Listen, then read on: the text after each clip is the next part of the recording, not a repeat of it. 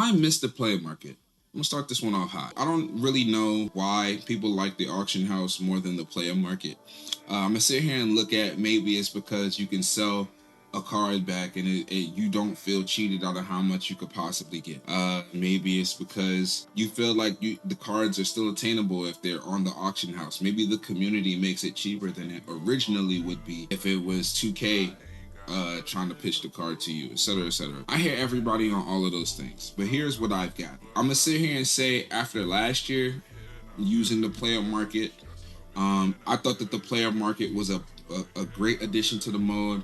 I don't know why people think that guarantees are not better than chances. The only way to get a card this year is if you buy it on the auction house or if you get it out of a pack, right?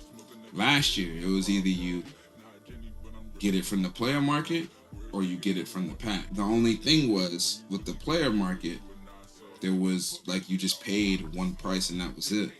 My issue with the player market last year is eventually they stopped putting every card in them, and that was the issue. They realized that the player market was so good, you know what I'm saying, that they had to reel it back and say, oh, they're getting too much value out of this, let's water this down, let's dilute this. But they're more than happy with the auction house, I'm sure, because why would you care about having an auction house when you know that the only way that people can get cards is through chance at that point? The best cards in the game, just like how the player market was, is still locked behind a massive, massive paywall. Before they started restricting the best cards in every player, like in every promo for the player market, the best players were available, even if you felt like they were super expensive.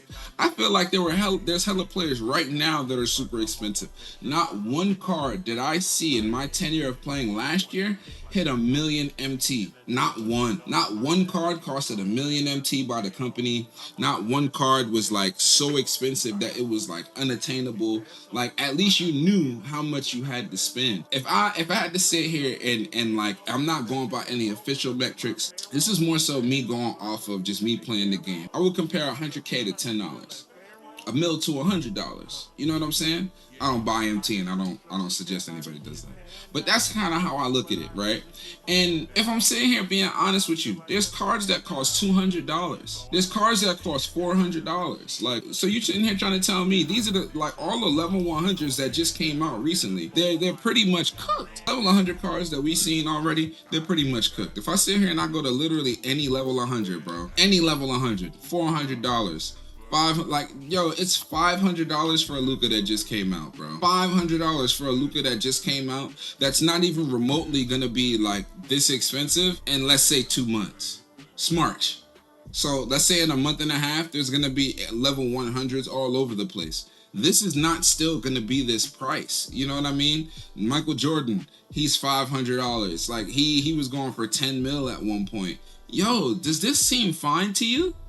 In the player market, I didn't see that. Shaq, $500. Like, does this make sense? This don't even make sense. Like, I don't think any card should be able to go over $1 million. I don't think any card should be worth over $1 million. Maybe that makes me sound like I'm being like AIDS or you know, and I'm fine with people to disagree with me, but I just don't feel like any card should be worth over $1 million. At that point, they're all just overpriced and people just want to be able to make the MT off of it.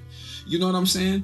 But in all reality, the auction house, I would like to say, is even more toxic than the player market because it puts cards out of reach. People want to be able to use the auction house as a way to make MT. When, in my opinion, I would rather just play the game to make MT. Like we gained more MT. There was 2 or 3 times as much MT from playing the game last year. You know what I mean? And in my opinion, if you're a menu sitter, I have very little respect for you when it comes to this game. I don't understand people that don't necessarily want to play the game, but you want to sit on the menu all day to snipe.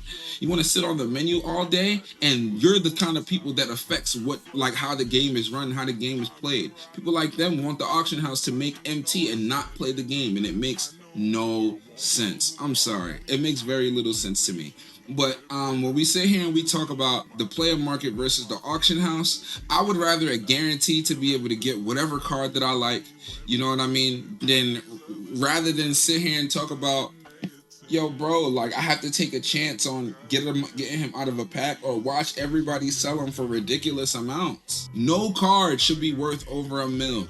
$400, $500 cards, like, you're insane. These cards don't even hold value once this year is over. We don't get these cards back. It doesn't make any sense, man. It literally doesn't make any sense. My bad, I'm kind of ranting. Like, if I'm sitting here being honest, I miss the player market, man. I don't like the auction house. I think even pack odds were probably better. You know what I mean? I'm pretty sure the odds were probably better. How do you guys feel about like the player market, about the auction house? Do y'all like the auction house being back at this point? How do you feel about the player market? I like personally, just to kind of circle back, I loved the player market before they started the restrictions. After the restrictions, I stopped playing. You know what I mean? But at the same time, I don't really feel like it's much of a difference when it comes to the player market and the auction house, whereas people have more control. But I would still always rather a guarantee rather than like no guarantees at all. I think guarantees are always better than no guarantees, and at that point, like, there's a big disconnect with me and the MyTeam community, because who takes no guarantees over guarantees unless you're only doing something for the flex of it, you know? It just doesn't make any sense to me. I think a lot of y'all are gambling addicts. If you guys only want to be able to pull these cards, or you want to be able to make the MT, and this is not all about playing with the card, then honestly you have a problem. You have a big problem. You have a problem that I can't resonate with and I don't understand. But for sure, please tell me your opinions. Drop it in the comment section. Drop a like if you enjoyed the video or at least enjoyed the conversation. I can't stand having the auction house in, because the player market just made so much more sense for anybody that wanted to be able to get players in with a guaranteed way.